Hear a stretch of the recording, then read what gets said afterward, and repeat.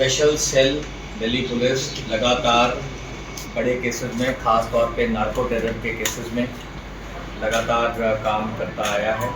और हमारी new Delhi range की टीम ने इस साल और लास्ट 3 साल भी बहुत बड़े बड़े सीजर्स किए हैं। इस साल ख़ास तौर पे 2 हफ्ते पहले हमारी टीम ने इंडिया का one of the largest seizures of methamphetamine किया था, जिसमें 312 किलो मेथएम्फेटामिन पकड़ी थी, जो कि चेन्नई पोर्ट के थ्रू इंडिया में आई थी। उसमें 2 लोगों को अरेस्ट किया था, जिनमें से दोनों के नाम थे मुस्तफ़ा स्टैनिकज़ाई, दूसरे का था रहीमुल्ला रहीमी।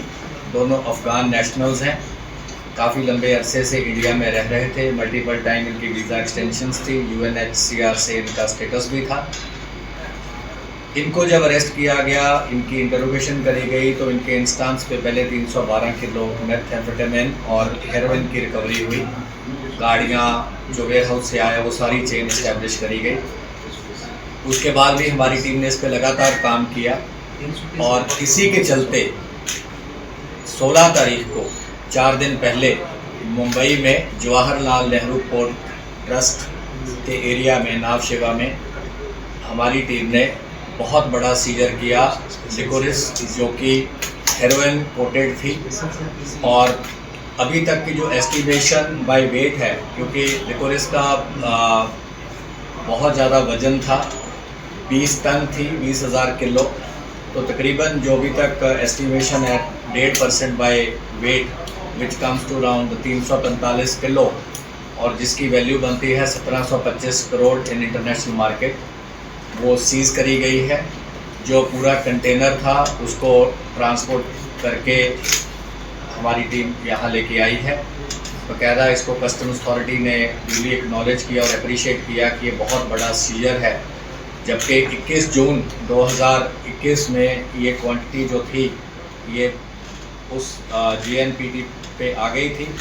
इसके बावजूद, क्योंकि किसी और एजेंसी को इसकी इंफॉर्मेशन नहीं थी और हमारी टीम का बहुत एक्सटेंसिव ग्राउंड वर्क था, इसके कारण से ये इतना बड़ा सीजर जो है हो पाया है।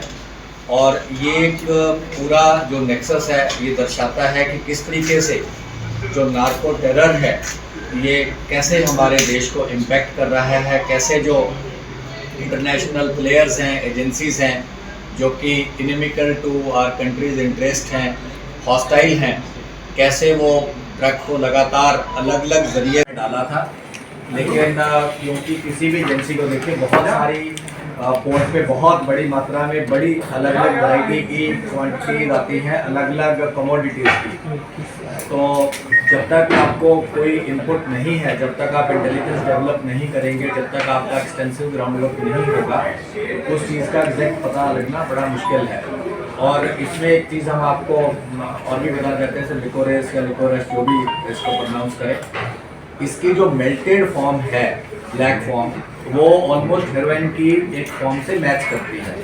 तो दैट इज़ वाई जो पहले भी एक बहुत बड़ा सीजर हुआ था लिकोरिस का, 3000 kg के करीब एक पोर्ट पे पकड़ी गई थी, तो तब भी ये जो लिकोरिस रूट है, जिसको मलट्ठी बोलते हैं हिंदी में, ये एक प्रेफर्ड रूट है, क्योंकि इसका फॉर्म, शेप, अपीयरेंस जो मेल्टेड फॉर्म का है वो एक हेरोइन के फॉर्म से काफ़ी मैच करता है। और इसकी अपनी क्योंकि फ्रेगरेंस होती है और वो इतनी ओवर पावरिंग होती है कि अगर स्निफर डॉग से भी जल्दी से करा जाए तो इतना जल्दी नहीं होता कि वो पिक करी जा सके कि इसमें कोई ड्रग कोटेड है।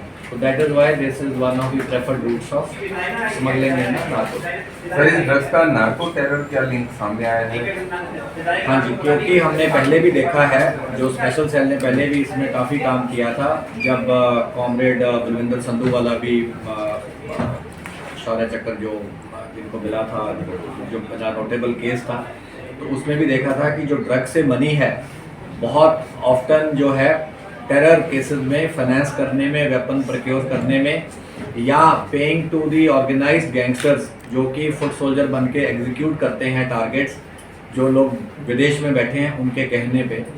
तो ये भी जो हमारा सारा फोकस था, उसी के चलते special cell New Delhi range की टीम ऑलरेडी नार्को टेरर पे बहुत ज़्यादा काम कर रही है। इसी के चलते ये सारा पूरा जो ड्राइव है, ये उसका one of the main part है। So what are the direct links between this case and previously methamphetamine? मेथेम्फेटामिन भी जो रिकवरी थी इन दोनों के मुस्तफ़ा स्टैनिक्साई और हिमोला रहीमी के इंस्टेंस पे हुई है। इस वाली ड्रग की भी जो रिकवरी है इन दोनों के इंस्टेंस पे हुई है। सर ये ड्रग कहाँ पे जानी थी सर? ये ड्रग कहाँ जानी थी? ये central India, northern India, western India आप समझ सकते हैं। 345 किलो हेरोइन है और अगर नोट करते हैं जैसे जो इसके एंड रिटेल लेवल पे जो काफ़ी लोग इसका सेवन करते हैं तो वो तो 1 ग्राम को भी 10-10 में स्प्लिट करके करते हैं। तो इसकी तो फिर आगे फर्दर डिस्ट्रीब्यूशन बड़ी रिटेल लेवल पे है और बड़े लोग हैं जिनकी ज़िंदगियां जो घर बर्बाद हो गए। तो आई वुड से कि ये जो दोनों सीजर्स हैं they are a very big positive step in preventing damage to lot of Is there a pattern to the drug featured in the Bodra code, sir, and these two features which you have done, sir?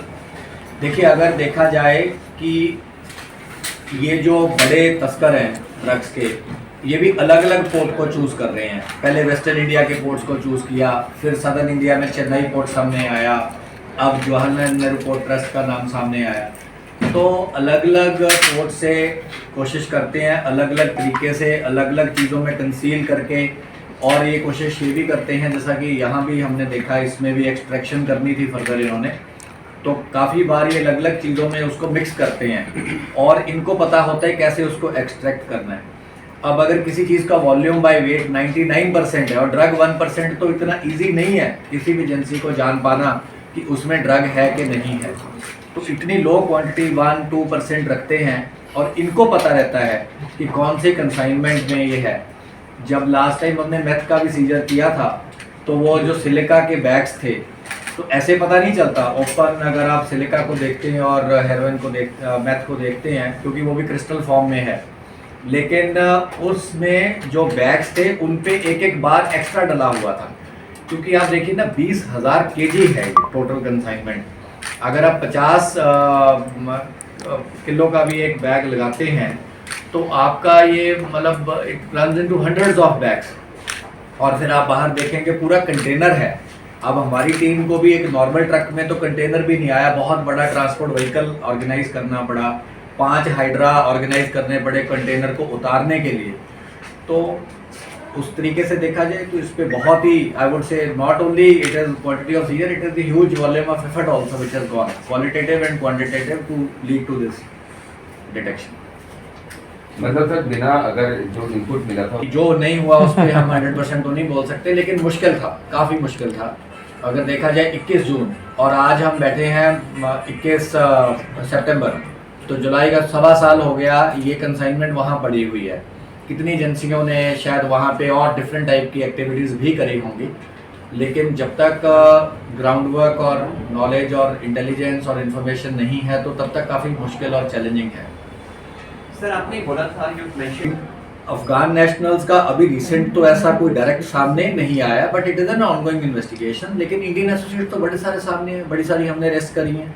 In fact आज एक और separate case में भी हमने arrest किया हमारे एक different unit ने, तो that alleged was already in touch with Rinda.